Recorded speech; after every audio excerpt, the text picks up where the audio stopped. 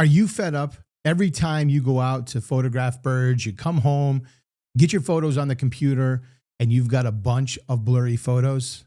Well, it can be really frustrating. And if that sounds like you, then pay attention to this video because I'm going to share 8 reasons with you why you keep getting blurry bird photos.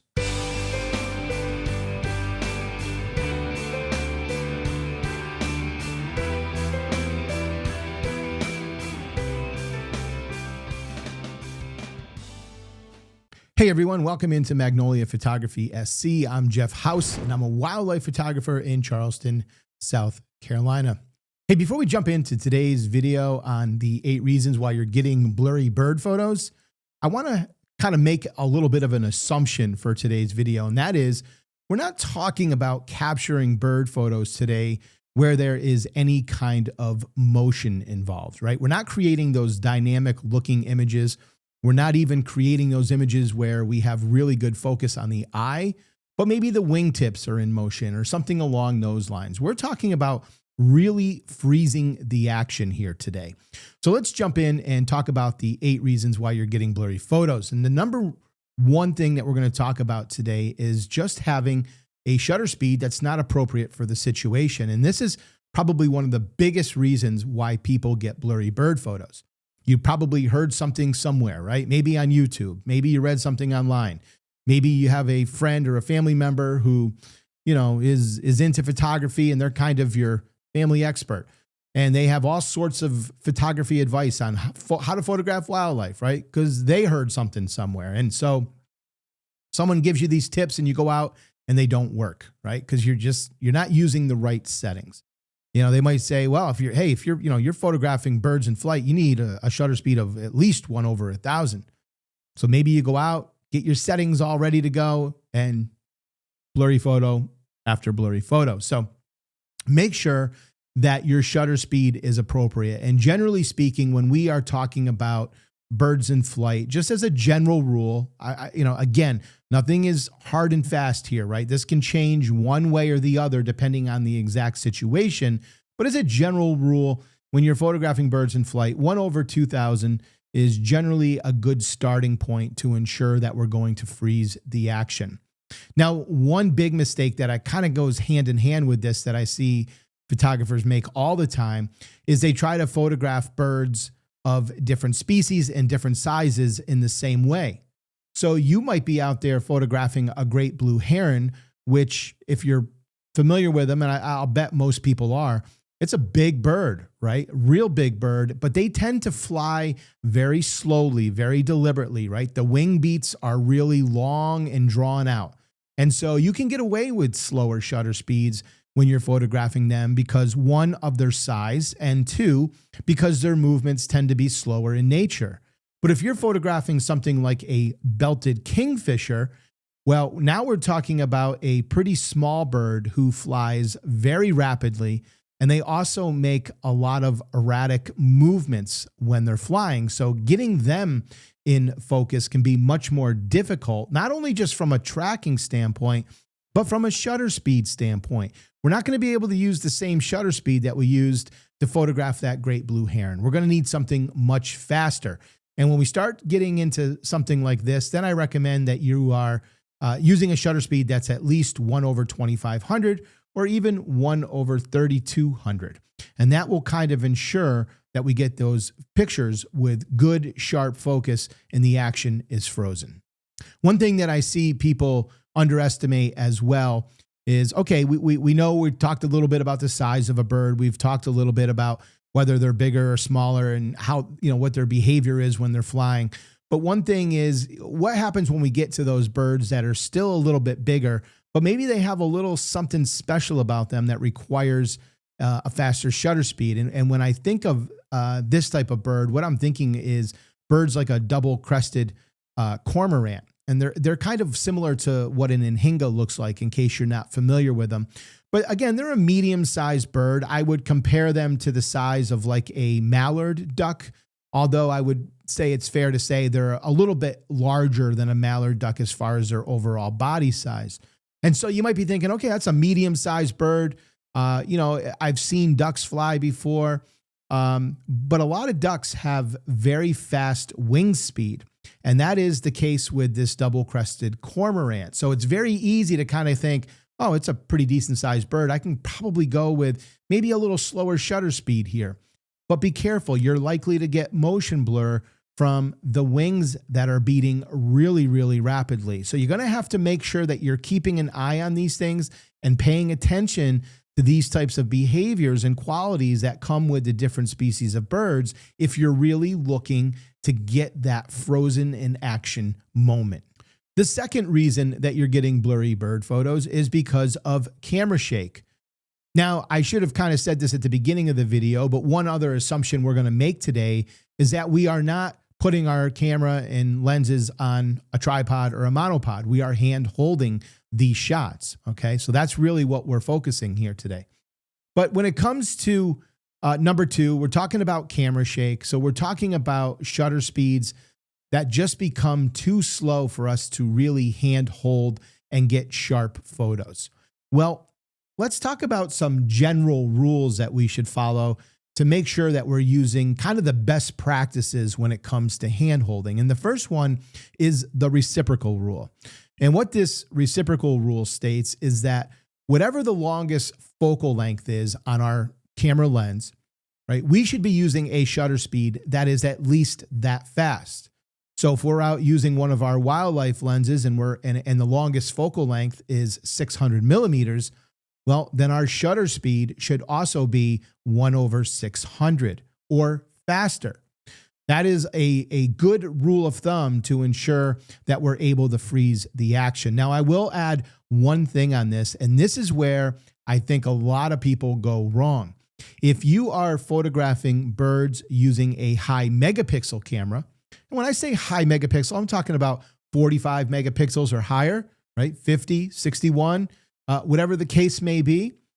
If you're using a high megapixel camera, then I recommend that you take that reciprocal rule and double your shutter speed. So if we're using a focal length of 600, you want to make sure that shutter speed is at least 1/1200. Reason being is that, yes, we love the detail that high megapixel cameras can give us, right? It's pretty cool. It's pretty amazing. And sometimes they can be our best friend in that regard, but it doesn't take much for them to suddenly turn and kind of be our biggest enemy as well.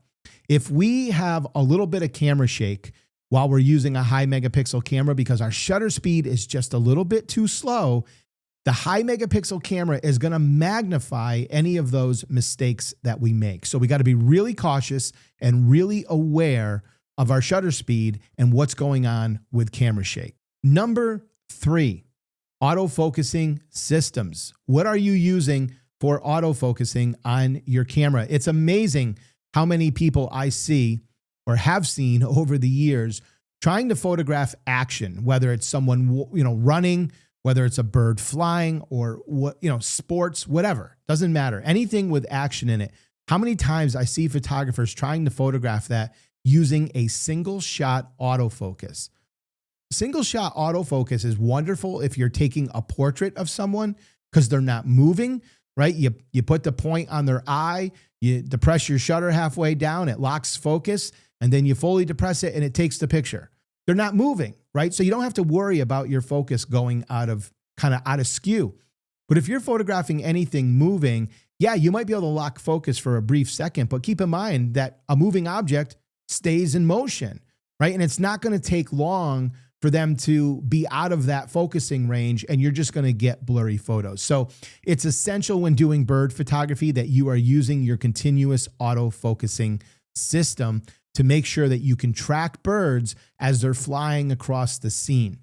The other thing that is good to realize with autofocusing systems is also the autofocusing area that you are using. So your camera probably comes with a variety of areas that you can choose from. Now on my Sony camera, my preference is the zone autofocusing. Now there are some others that I will switch to occasionally, but for the majority of what I'm doing, I'm using that zone autofocusing.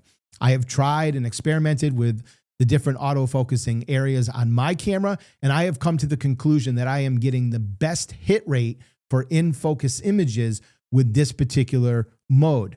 I suggest you do the same thing because it can make a really big difference on the number of photos you get in focus and out of focus. So with the Sony Zone, I get like a big box in the center, and then I'm able to track anything that is within that center point. And I can even move that box a little bit around the screen. Now, the last thing that I highly recommend that you check on your camera, if you have a more modern day mirrorless camera, then you likely have this option. But if your camera is older, DSLR, you probably don't. But if you have the option to turn on bird autofocus, this can be really helpful in ensuring more in-focus photos. So check your camera model and make, see if you have this feature. And if you do, just be sure to turn it on. Number 4, and what a relief this one is, because this is nothing that you are doing to ruin the shot. This is just something that is happening to our camera when we are out photographing in the field. But the reason I bring it up is because I don't want you wasting hours at the computer trying to figure out why you missed focus.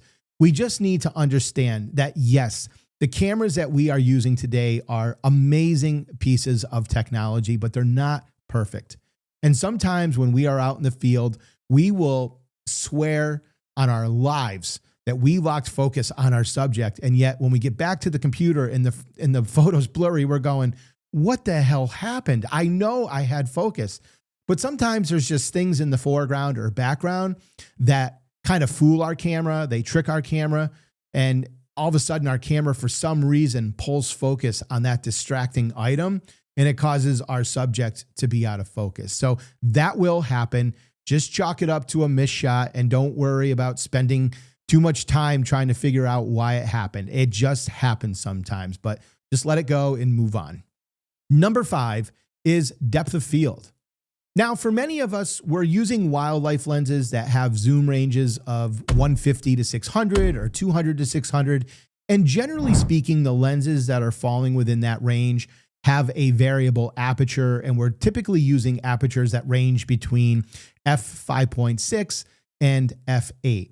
But sometimes people go out with different types of lenses to do wildlife photography. And maybe the lens that you're using has some shallower depths of field. Maybe you're using a 300 millimeter lens or a 200 millimeter lens.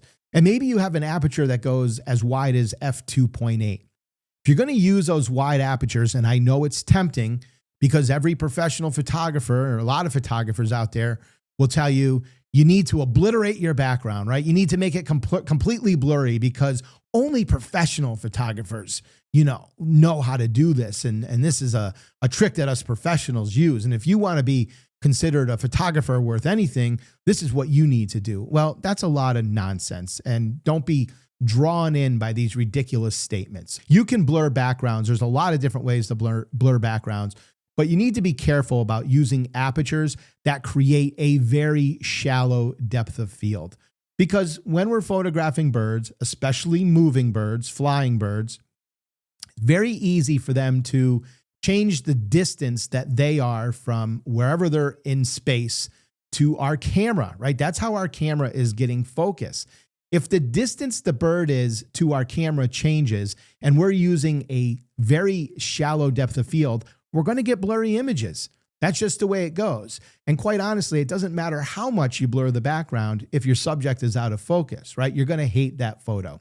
So give up a little bit of that background blur. Trust me, it won't be the end of the world, but make sure you're using apertures that are probably more around f4, or make sure that you are absolutely in a situation where using a real wide aperture, you're still going to get good depth of field.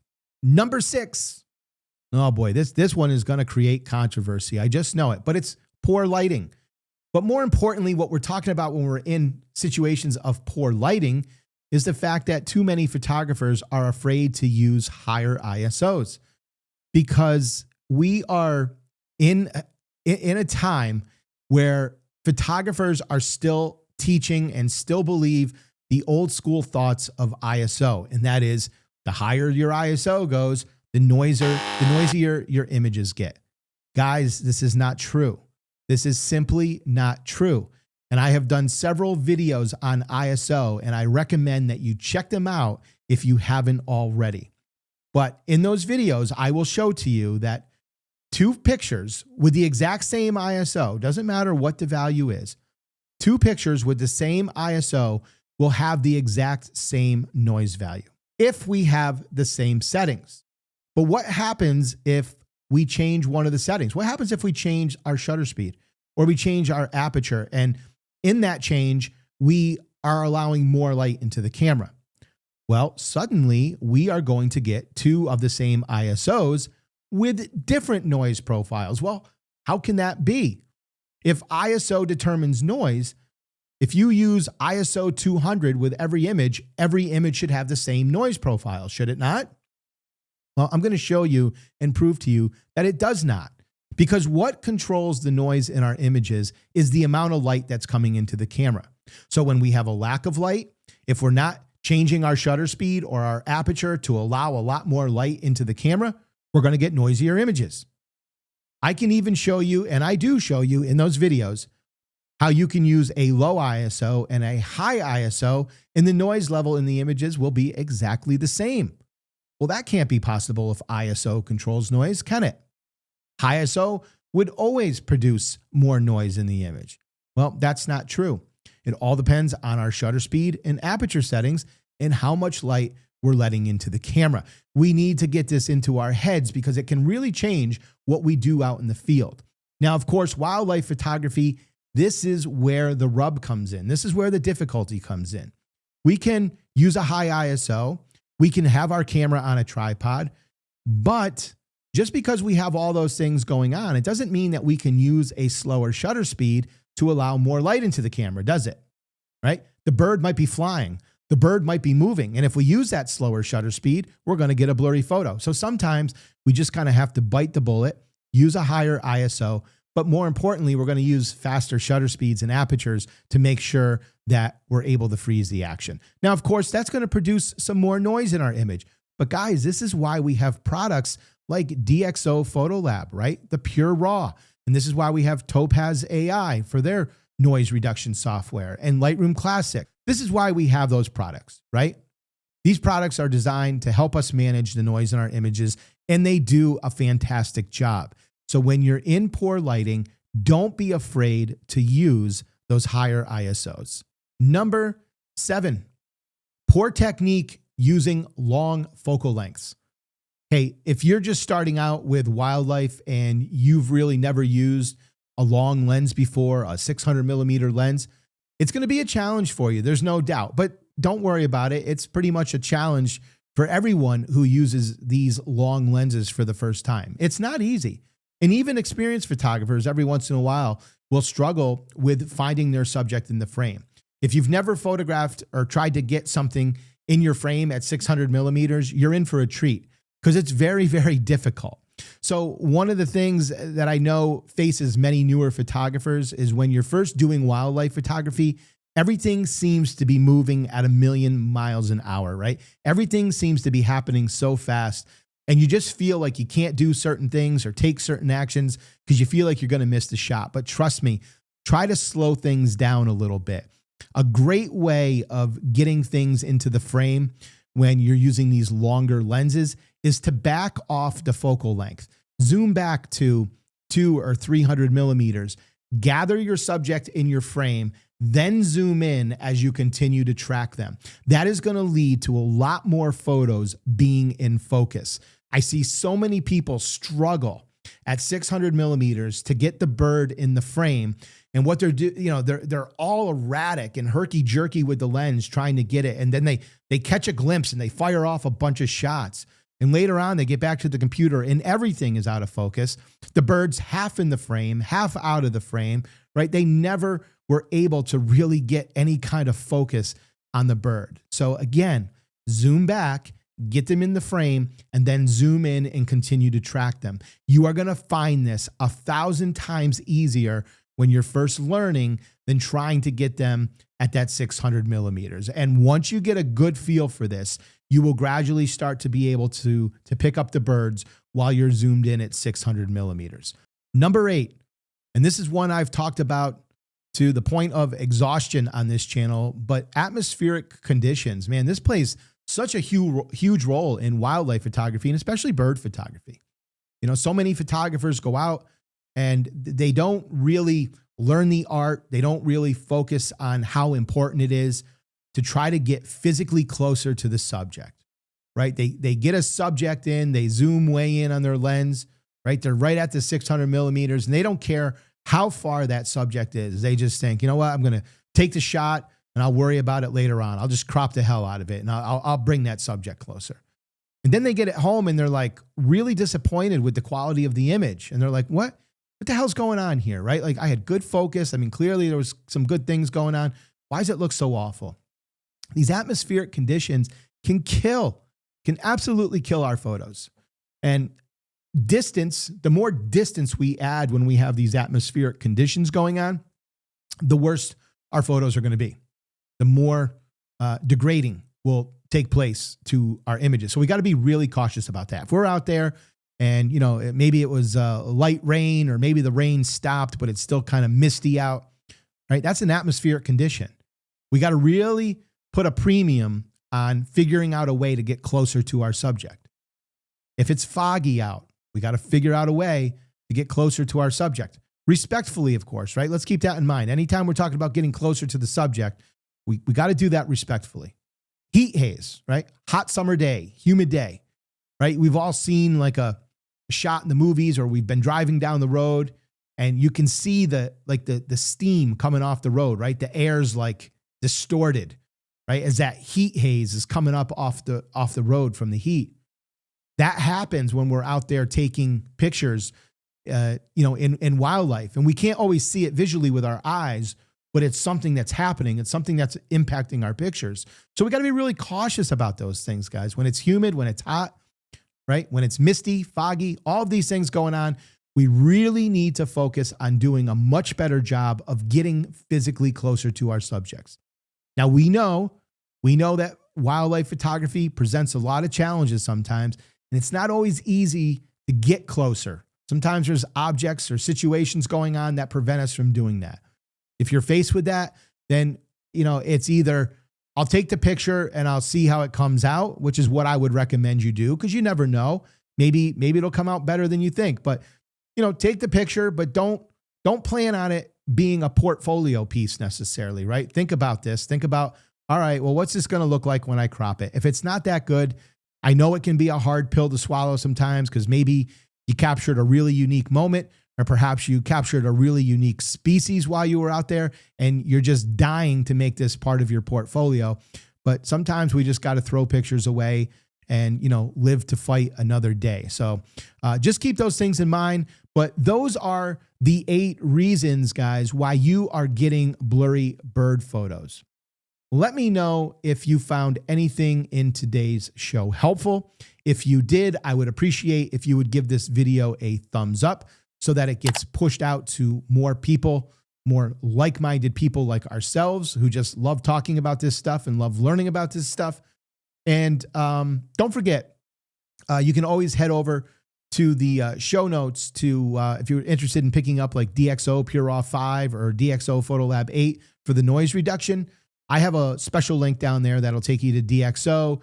And at the time of checkout in the discount code, just enter the word Magnolia and you'll get 15% off all of your purchases. Also, I just put up a new guide at magnoliaphotographysc.com, and it is 10 tips for getting sharper bird photos. So there's a lot of great information in this guide that I just released. So if that's of interest to you, just head on over there. You can pick that up today for immediate download. Thank you so much for spending time with me today, guys. I wish you all the best of luck in your wildlife photography. So good luck out there, and I will see you in the next video. Until then, take care.